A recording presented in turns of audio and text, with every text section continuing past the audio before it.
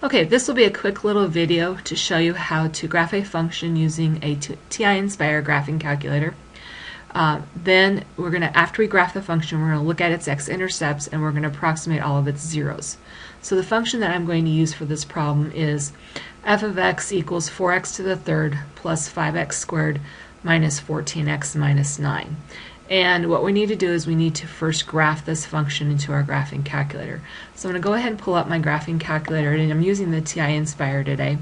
And I'm going to choose graph here for graph menu. And it brings up this f1 right here, and I'm going to type in my function 4x to the third, so 4, and then x is down here, x, and use my caret key to get to the third power. And then notice that where my cursor is right here now, I'm going to have to arrow over to the right to get down. So plus 5x to the second. And again, I can use my caret key, or you can use this x to the second key, minus 14x minus 9. Now, if my function is typed incorrectly, then if I hit enter, it'll graph it, but I may need to change my window settings.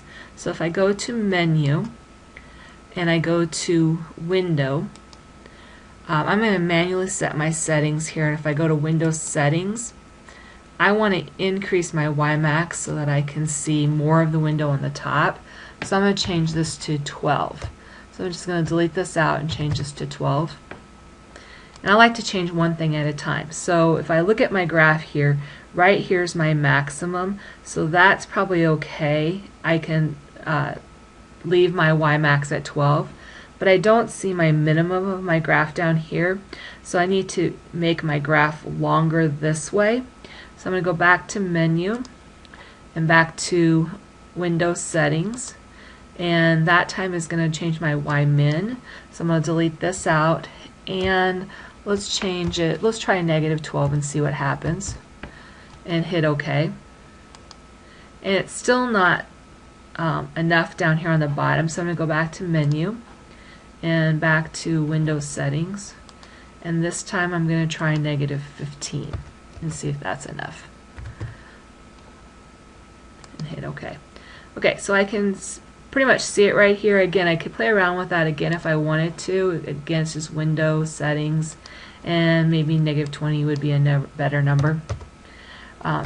In this particular problem, I'm not concerned with my max and min, so I really wouldn't have had to spend time to do that. What I'm going to do is I'm going to drag this label out of the way here for just a second, because I'm not going to need it here for a second. What I'm looking at in this problem is I want to find the x-intercepts. And I know that this problem has a possibility of 3 x-intercepts because it's a cubic function. And I see 3 x-intercepts. There's one right here, one here, and one right here. So I have all my x-intercepts shown on this graph.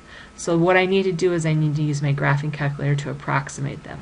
So again, go back to menu, and I'm going to analyze my graph. And analyze graph is something that you will use a lot. And if you see analyze graph here and you arrow over to it, you see 0, you see min, you see max, and so those are going to be the 3 key things that we're going to use in this class. So the first one I want to do is I want to use 0. A graph has a 0 where it crosses the x-axis. So when I choose 0, notice that down here on the bottom there's something here that says lower bound. What I'm going to do is I need to get on the left side of my 0. So the left side of my first 0 right here is this dashed line is right good.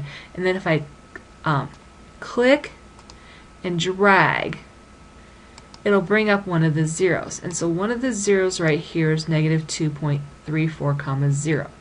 So now if I want to find this one, again I go back to menu and I go to analyze graph and 0, and again it brings up this lower bound, and so I need to get on the left side of that 0. So if I click on the left side of that 0 and drag till I cross the 0, my other 0 is negative 0.579 comma 0.